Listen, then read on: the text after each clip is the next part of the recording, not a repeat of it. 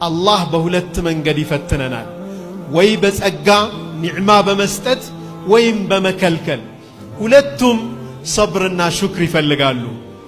ጸጋም ሰብር ይፈልጋል፣ ትግስት ይፈልጋል፣ ምስጋና ይፈልጋል። ያን ማጣትም ትግስት ይፈልጋል፣ ምስጋና ይፈልጋል።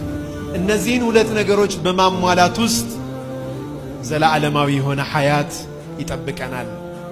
አላህ ስብሓነሁ ወተዓላ ሱረቱል ፋቲሐን አልሐምዱሊላህ ረቢል ዓለሚን ብሎ ጀመረ። አልሐምዱሊላህ ብሎ የጀመረው ፋቲሐ ምን ብሎ ዱዓ ጨረሰ? አንዓምተ ዓለይህም በእነሱ ላይ ጸጋህን የዋልክላቸውን ሰዎች ጎዳና ምራን። የነኛ ሰዎች ጎዳና የሐምድ ጎዳና ስለሆነ ነው፣ የምስጋና ጎዳና ስለሆነ፣ የግራቲቲዩድ አላህን የማመስገን ጎዳና ስለሆነ ማለት ነው። ጀነት ሲገቡ መጨረሻ ደግሞ ወአኺሩ ዳዕዋሁም አን አልሐምዱሊላሂ ረቢል ዓለሚን የጀነት ሰዎች